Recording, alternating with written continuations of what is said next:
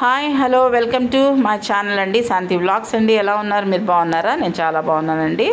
ఈరోజు మార్నింగ్ నేనైతే ఇంట్లో వంకాయ పచ్చనిపప్పు కూరని ప్రిపేర్ చేస్తున్నానండి. చాలామందికి ఈ కూర తెలిసే ఉంటుంది, కానీ తెలియని వాళ్ళు తెలుసుకుంటారన్న చిన్న ప్రయత్నం అండి. సరేనా?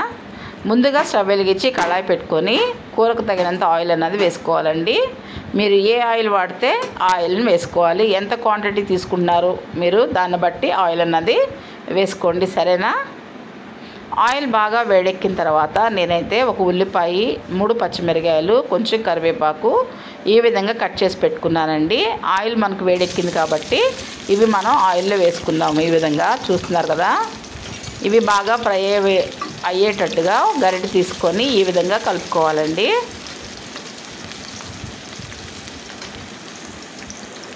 ఇవి కొంచెం ఫ్రై అయిన తర్వాత 1 స్పూను అల్లం వెల్లుల్లి పేస్ట్ అన్నది వేసుకోవాలి. వంకాయ పచ్చనిపప్పు కూరలోకి అల్లం వెల్లుల్లి పేస్ట్ అనేది చాలా టేస్ట్ని ఇస్తుందండి. కొంతమంది అల్లం వెల్లుల్లి పేస్ట్ వేసుకోకుండా పొడి మసాలా మాత్రమే వేసుకుంటారు. నేనైతే ఈ విధంగా చేస్తానండి. ఈ అల్లం వెల్లుల్లి పేస్ట్ అనేది పచ్చివాసన పోయే విధంగా ఇలా ఆయిల్లో ఫ్రై చేసుకోవాలి. ఇది కొంచెం ఫ్రై అయిన తర్వాత 1 స్పూను పసుపు అన్నది మనం యాడ్ చేసుకుందామండి. చూస్తున్నారు కదండి, నేనైతే 1 స్పూన్ పసుపుని యాడ్ చేసుకుంటున్నాను.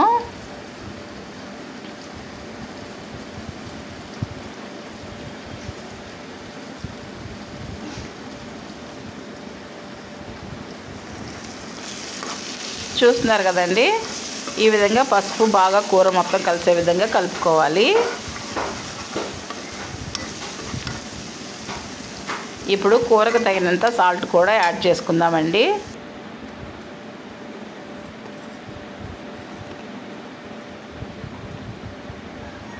ఆ విధంగా సాల్ట్ని యాడ్ చేసుకోండి. మీరు తీసుకున్న క్వాంటిటీని బట్టి కొంతమంది సాల్ట్ కొంచెం బాగానే వేసుకుంటారండి, కొంతమంది తగ్గించి వేసుకుంటారు. కాబట్టి మీ ఇష్టం వచ్చినట్టుగా మీకు ఎంత కావాలన్నది అంత వేసుకోండి అండి. సరేనా?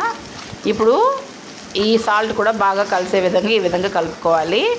బాగా ఉల్లిపాయ అన్నది ఏగిపోయింది కదండి, పచ్చిమిరకాయ, ఉల్లిపాయ. ఇప్పుడు ముందుగా తరిగి పెట్టుకున్న వంకాయ ముక్కల్ని యాడ్ చేసుకుందామండి.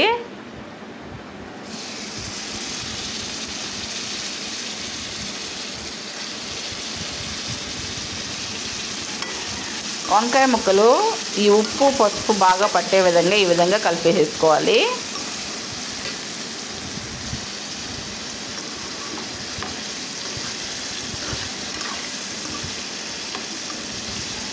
వంకాయ అన్నది బాగా మగ్గాల్సిన అవసరం లేదండి.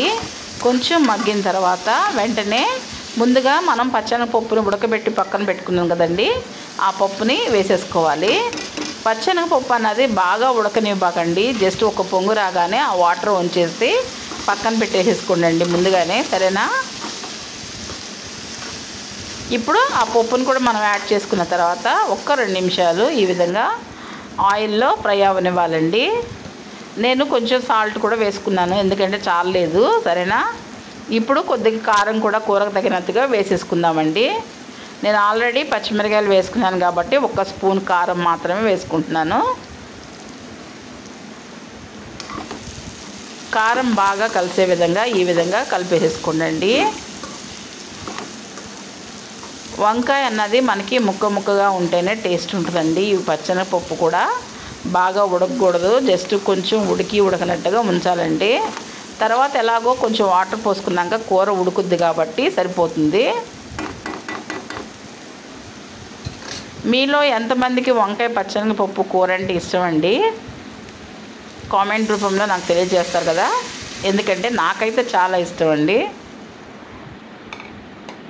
ఈ విధంగా కూరకు తగినంత వాటర్ని పోసుకోవాలండి. చూస్తున్నారు కదా, ఒకసారి మొత్తం కలుపుకొని మూత పెట్టేసుకొని 10 నిమిషాలు కూరని ఉడకనిద్దామండి. మధ్యలో ఒకసారి మూత తీసి చూడండి, ఎందుకంటే ఉప్పు సరిపోయిందా లేదన్నది మనం చూసుకుందాం. సరేనా? చూసారు కదండి, 10 నిమిషాల తర్వాత కూర ఈ విధంగా ఉడుకుతుందండి. ఇలాంటి టైంలో ఒకసారి గరిటెతో కలుపుకొని మనకి ఉప్పు సరిపోయిందా లేదన్నది చూసుకోవాలండి. నేనైతే కరెక్ట్గానే వేసాను కాబట్టి ఇంకా నాకు ఉప్పు అన్నది అవసరం లేదండి. చూస్తున్నారు కదా, వంకాయ అన్నది నలగకుండా చక్కగా అట్లా శనగపప్పు అన్నది పప్పుగా మనకి కూరలో కనపడాలండి. అప్పుడే వంకాయ పచ్చనగపప్పు కూర అన్నది టేస్ట్ ఉంటుంది. మూత పెట్టేసి మరో 5 నిమిషాలు ఉడకనిద్దామండి.